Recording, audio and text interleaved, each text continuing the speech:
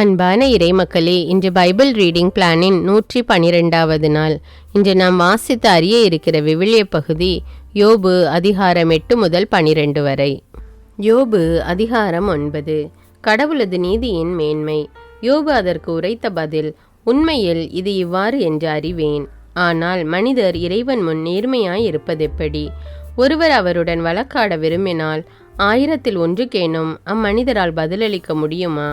இறைவன் உள்ளத்தில் ஞானமுள்ளவர், ஆற்றலில் வல்லவர்.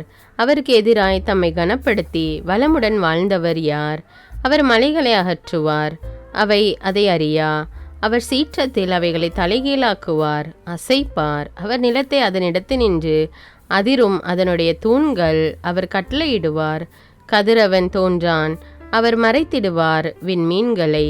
தாமே தனியாய் வானை விரித்தவர், ஆழியின் முதுகை மிதித்து நடந்தவர். வடமீன் குழுவையும் மிருக சீரிடத்தையும் கார்த்திகை விண்மீன்களையும் தென் திசை விண்மீன் குழுக்களையும் அமைத்தவர் அவரே. உணர்ந்திட இயலா பெருஞ்செயல்களையும் கணக்கிட முடியா அருஞ்செயல்களையும் ஆற்றுனர் அவரே. இதோ என் அருகே அவர் கடந்து செல்கையில் நான் பார்க்க முடியவில்லை, நழுவி செல்கையில் நான் உணர முடியவில்லை. இதோ அவர் பறிப்பார், ஆனால் அவரை மறிப்பார் யார்? யாது செய்கின்றீர் என அவரை கேட்பார் யார்? கடவுள் தம் சீற்றத்தை தணிக்க மாட்டார். அவர் அடி பணிந்தனர் ராகாபின் துணைவர்கள். இப்படி இருக்க எப்படி அவருக்கு பதிலுரைப்பேன்? எதிர் நின்று அவரோடு எச்சொல் தொடுப்பேன்? நான் நேர்மையாக இருந்தாலும் அவருக்கு பதிலுரைக்க இயலேன். என் நீதிபதியிடம் நான் இரக்கத்தையே கெஞ்சுவேன்.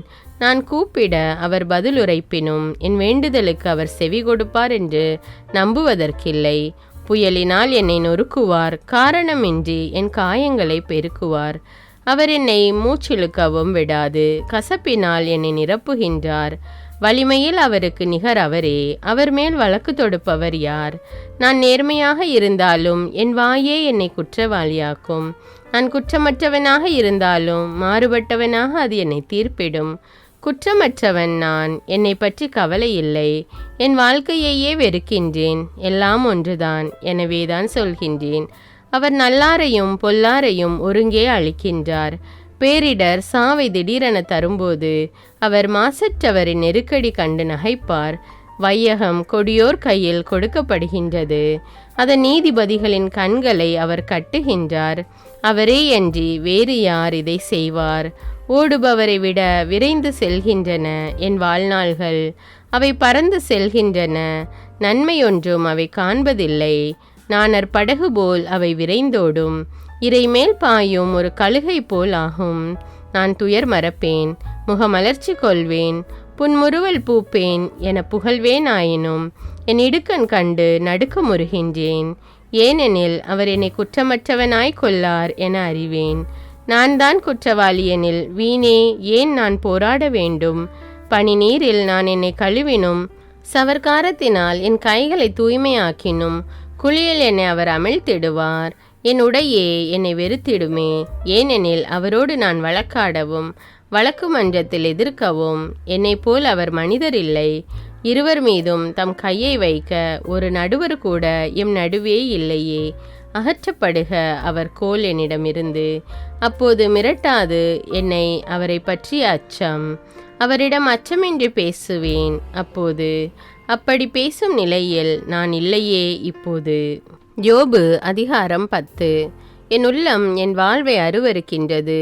என் ஆற்றாமையை தாராளமாய் கொட்டி தீர்ப்பேன். உள்ளத்தில் கசப்பினை நான் உரைத்திடுவேன். நான் கடவுளிடம் சொல்வேன், என்னை கண்டனம் செய்யாதீர். என் மீது நீர் சாட்டும் குற்றத்தின் காரணம் என்னவென சான்றுவீர். என்னை ஒடுக்குவதும் உமது கையின் படைப்பை இகழ்வதும் உளுத்தர் சூழ்ச்சியில் உளமகிழ்வதும் உமக்கு அழகாமோ? ஊனக்கண்களா உமக்கு உள்ளன? உண்மையில் மானிட பார்வையா உமது பார்வை? மானிட நாள்கள் போன்றவோ உம் நாள்கள்? மனிதரின் வாழ்நாள் அணையவோ உம் ஆண்டுகள் பின்? ஏன் என் குற்றங்களை துருவி பார்க்கிறீர்? ஏன் என் பாவங்களை கிளறுகின்றீர்? நான் குற்றமற்றவன் என நீர் அறிந்தாலும் உம் கையினின்று என்னை தப்புவிப்பவர் ஒருவரும் இல்லை. என்னை வணைந்து வடிவமைத்து உண்டாக்கின உம் கைகள் இருப்பினும் நீரே என்னை அழிக்கின்றீர். தயை கூர்ந்து நினைத்து பாரும். களிமண் போல் என்னை வணைந்தீர், அந்த மண்ணுக்கே என்னை திரும்ப செய்வீரோ? பால் போல் என்னை நீர் வார்க்கவில்லையா? தயிர் போல் என்னை நீர் உறைவிக்கவில்லையா? எலும்பும் தசை நாரும் கொண்டு என்னை பின்னினீர், தோலும் சதையும் கொண்டு என்னை உடுத்தினீர், வாழ்வையும் இரக்கத்தையும் எனக்கு வழங்கினீர். என் உயிர் மூச்சை கரிசனை காத்தது. எனினும் இவற்றை உள்ளத்தில் ஒளித்திருந்தீர். இதுவே மனதுள் இருந்ததென நான் அறிவேன். நான் பாவம் செய்தால் என்னை கவனிக்கிறீர். என் குற்றத்தை எனக்கு சுட்டி காட்டாது விடமாட்டீர். நான் குற்றம் புரிந்தால் அதை என் மீது சுமத்தாது விடீர். நான் தீங்கு செய்தால் ஐயோ ஒளிந்தேன்.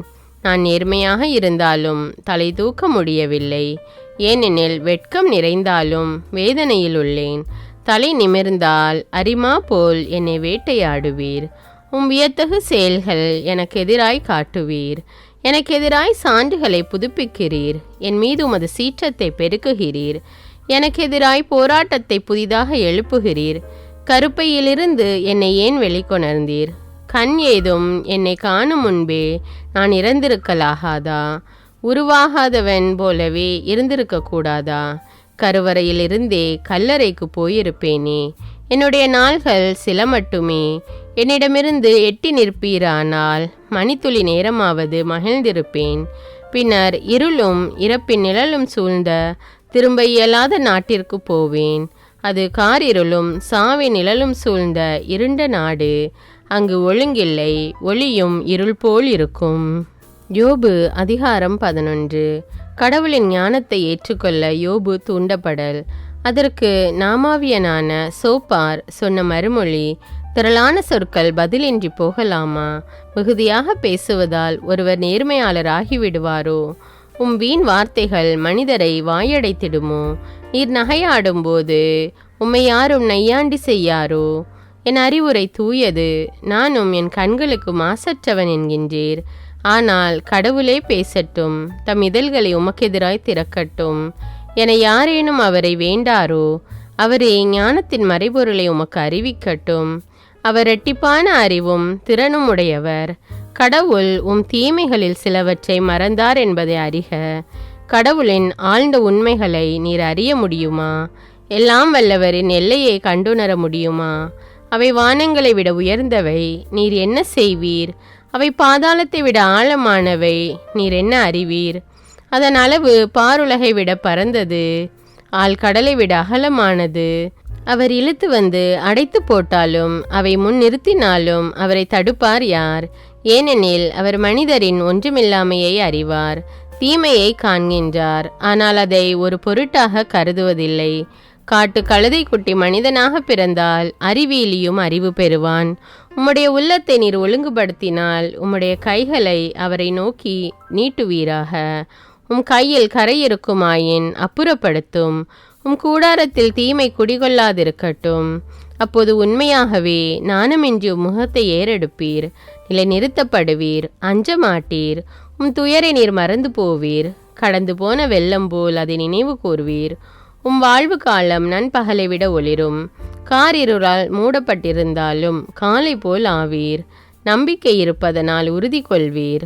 சுற்றிலும் நோக்கி பாதுகாப்பில் ஓய்வீர். ஓய்ந்து படுப்பீர். ஒருவரும் உம்மை அச்சுறுத்தார். முகம் தேடி பலர் தயவை நாடுவர். தீயோரின் கண்கள் மங்கிப்போம். அனைத்து புகலிடமும் அவருக்கு அழிந்து போம். உயிர் பிரிதலே அவர் தம் நம்பிக்கை. யோபு அதிகாரம் 12. வலிமை மிகு செயல்களில் தெரியும் கடவுளின் ஞானம். அதற்கு யோபு உரைத்த மறுமொழி, உண்மையிலும் உண்மை, நீங்கள்தாம் எல்லாம் தெரிந்தவர்கள். உங்களோடு ஞானமும் ஒழிந்துவிடும். உங்களைப் போல அறிவு எனக்கும் உண்டு. உங்களுக்கு நான் தாழ்ந்தவன் அல்லன். இத்தகையவற்றை யார்தான் அறியார்? கடவுளை மன்றாடி மறுமொழி பெற்ற நான் என் நண்பருக்கு நகைப்பு பொருளானேன். குற்றமற்ற நேர்மையாளனாகிய நான் நகைப்பு பொருளானேன். இன்பத்தில் திளைத்திருக்கும் நீங்கள் என்னை ஏளனம் செய்கின்றீர்கள். அடி சறுக்கிய என்னை தாக்குகின்றீர்கள். கொள்ளையரின் கூடாரங்கள் கொளிக்கின்றன. இறைவனை சினந்தள செய்வோரும் கடவுளுக்கு சவால் விடுப்போரும் பாதுகாப்பாய் உள்ளனர். இருப்பினும் விலங்கிடம் வினவுக, உமக்கு அது கற்றுக் கொடுக்கும். வானத்து பறவை உமக்கு அறிவுறுத்தும். அல்லது மண்ணில் ஊர்வனவற்றிடம் பேசுக, அவை உமக்கு கற்பிக்கும். ஆழியின் மீன்கள் உமக்கு அறிவிக்கும். இவற்றில் ஆண்டவரை அறியாதது எது?